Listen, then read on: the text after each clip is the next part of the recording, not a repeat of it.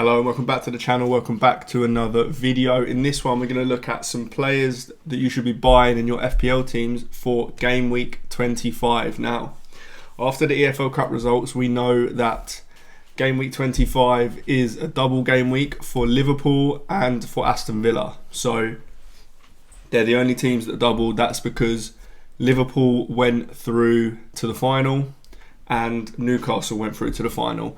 Now, it's not a double for Newcastle and Crystal Palace because that game will be rescheduled for a different time. However, before game week 24, it was announced that if Liverpool went through to the final, that this would be a double game week for them.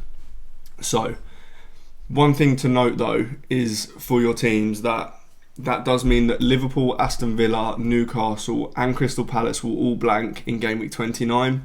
Now there is a small chance that that game still goes on in game week 29, but it's very likely that they won't. So that is one thing to note. But yes, it does mean that we've got a double game week for Aston Villa, we've got a double game week for Liverpool in game week 25. So that is why this man is on the screen as the first player that you should be looking to buy. So Ollie Watkins. Now, not having his best season, don't get me wrong, neither are Villa, to be honest. I mean, they're still kind of up there, but in terms of performances, they've been a bit hit and miss. One week you'll get a really good Aston Villa and they look like the kind of Aston Villa of last season. Then the next week they'll kind of randomly lose to a team they shouldn't be losing to. Now, part of this is because they have been in Europe this year, been in the Champions League. Typically we've seen that after a Champions League game they have been worse, which I guess that kind of makes sense given that they are not used to playing Champions League games week in, week out. They're not used to playing so many games, I suppose. And I guess it's just kind of hangover from that, which is fair. But we have seen, a kind of really hit and miss Aston Villa team. Now, the fixtures though for this double game week are Ipswich at home and Liverpool at home. So one very nice fixture, one not so nice fixture. However, they are both at home, which is always good. Now, one other thing to note is that John Duran has now left Aston Villa, which on paper looks a good thing for Ollie Watkins because there was times when John Duran was just playing instead of Watkins. Now, they have brought in other players though. They have brought in Daniel Marlon, who played a little bit up front in the last game against Wolves when Watkins went off. And they have brought in Marcus Rashford on loan now. Not sure where he is going to be deployed, whether that be up front or on the wing. We are yet to see that. But you would expect Watkins to get the bulk of the minutes through the middle when available. Now, that is something to note as well. He did go off injured. It didn't look too bad, but he did go off injured in the last game against Wolves. It looked like a groin thing. He kind of, it wasn't really an impact injury. He kind of was running for the ball and then kind of slightly pulled up because of his groin. Like I say, it didn't look too bad. He did play on for a little bit after that. But then, he ended up coming off anyway. So we will have to wait and see whether he's fit or not. We'll have to see what Emery says before the deadline. And we've also got some FA Cup games before the deadline as well this weekend. So I highly doubt he'll be in the squad for that regardless, to be honest. So I'm not sure we'll learn too much, but we might get some press conference stuff. So we'll have to see if he's fit. But obviously he is a great option for this double game week. Should get good minutes if available. He is on penalties for Aston Villa now. Now, that is not necessarily a good thing. For every other player or most other players in the world, that would be a good thing, fantasy football wise. For Ollie Watkins, it's less of a good thing because his penalty record is horrendously bad. Now, I don't quite know why he's on penalties because they've got plenty of other penalty takers. For example, Yuri Tielemans has taken penalties before. Morgan Rogers has taken penalties before for England under-21s and other teams. So they have better penalty takers than Ollie Watkins. And there is actually no good reason for him being rubbish at penalties. Every striker should just be good at penalties just because that is essentially their job. But yeah, for some reason he just isn't. The rest of his numbers are obviously really good though. So XG 11.26, that's fantastic. He's got 10 goals from that, so underperforming slightly. Overperforming his expected assists though, which he did last season massively. He's doing it again this season. 28 big chances in 24 games. That's pretty good. So all of his underlying numbers are very, very good. So it does just make sense to get him in if you can. Now, a lot of people will have Isak in their team, and we talked about game week 29 and the fact that Newcastle will blank in that week. So if you don't want to use a free hit or any chip to deal with that week, then selling Alexander Isak to Ollie Watkins might not be the worst move for future planning. Obviously that does mean you haven't then got Isak in your team for these weeks. Fixtures aren't the best for Newcastle, but after game week 29 they're brilliant, and Isak's just fantastic. Newcastle are fantastic, so selling him is tough, but it could be a play if you want to maximise what you can get from game week 29. Anyway, that's all for Ollie Watkins. Let's now have a look at our second player. Okay, so sticking with Aston Villa, and obviously it's Morgan Rogers. Now, a lot of people already own Rogers, and for good reason, to be honest. He has been ridiculous this season. He's actually been, in a weird way, slightly disappointing. Now, you wouldn't have thought that at the beginning of the season.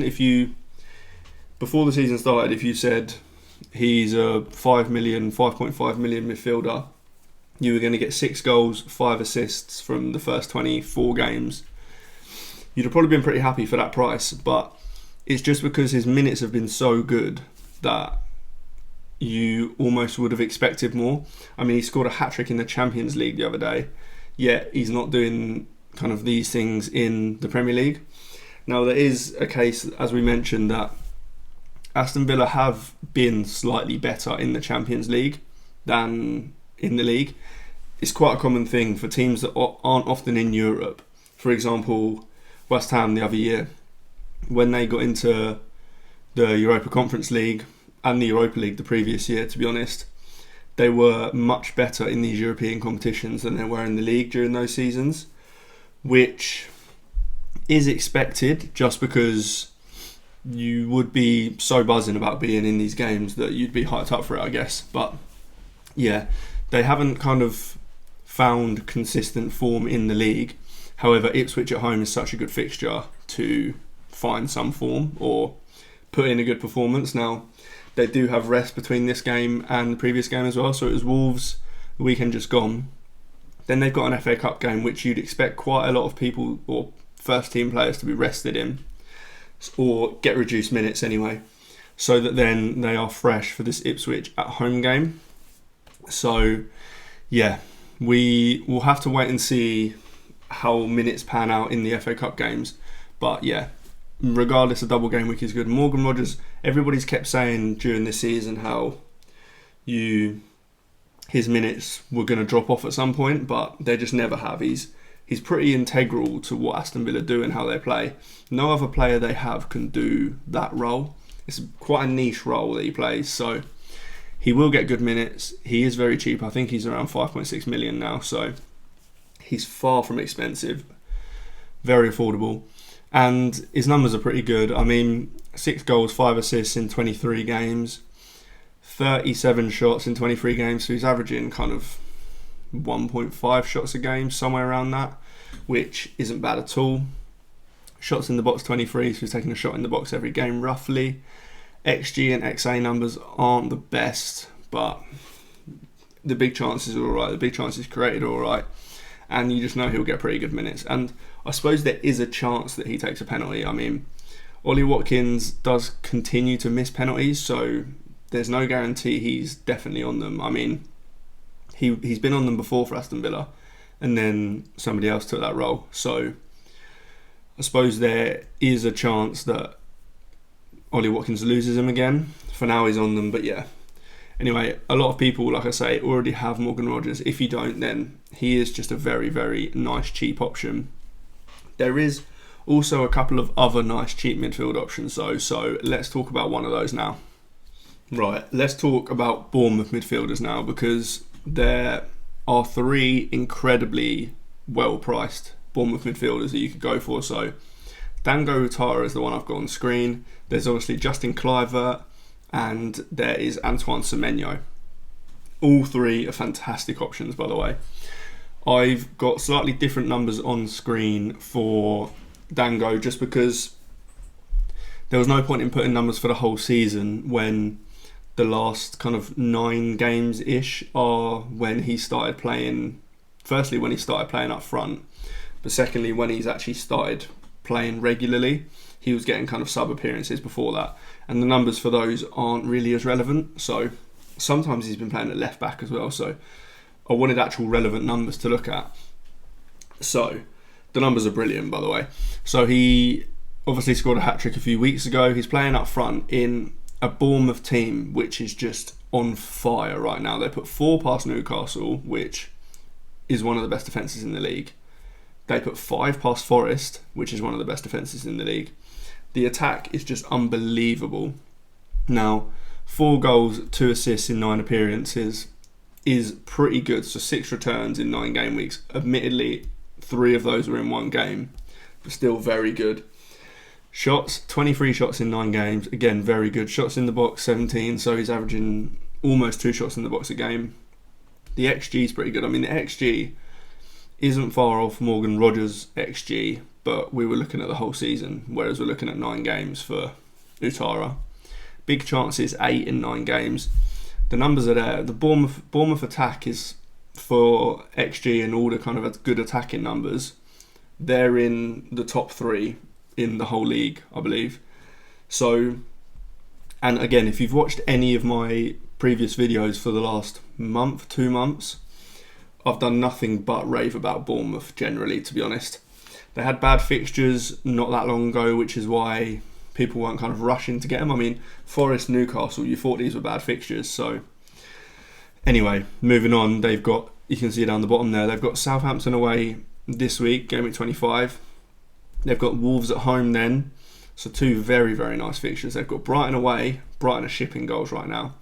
They've got Tottenham away. Tottenham defence is a mess right now. They've got Brentford at home. Again, not a particularly good defence. The good fixtures don't even stop there. They've got good fixtures for about 10 game weeks from now. So if you're not going to get Morgan Rogers, or you already have Rogers, say, and you need to get another midfielder or want to get another midfielder this week, then Bournemouth is the place to go shopping. So Ouattara, I believe, is around 5 million, and then Semenyo and Kluivert are around 5.6, 5.7. There really isn't much to split any of them. I mean, Ouattara is playing up front, so that's just a big plus for him. Then you've got Kluivert, who is playing slightly deeper, but he's on penalties, which typically would tip the scale in his favour, but he is getting less minutes than these other guys. I mean, the last few we've seen him get better minutes, but he typically doesn't play 90 minutes, or hasn't done anyway. They've got a few players coming back from injury. They've got Tavernier coming back from injury. They've got Sinistera coming back from injury. I do think that Kluivert, there is potential that Kluivert is just so important now to that attack that he just plays more minutes, but I would want to see that first. So he is probably getting less minutes than these other guys, but he's on penalties and he's very important to their attack. Then there's Semenyo, who will play 90 minutes almost every game, and he takes an outrageous amount of shots. I think he's taken the 2nd most shots in the league behind Haaland.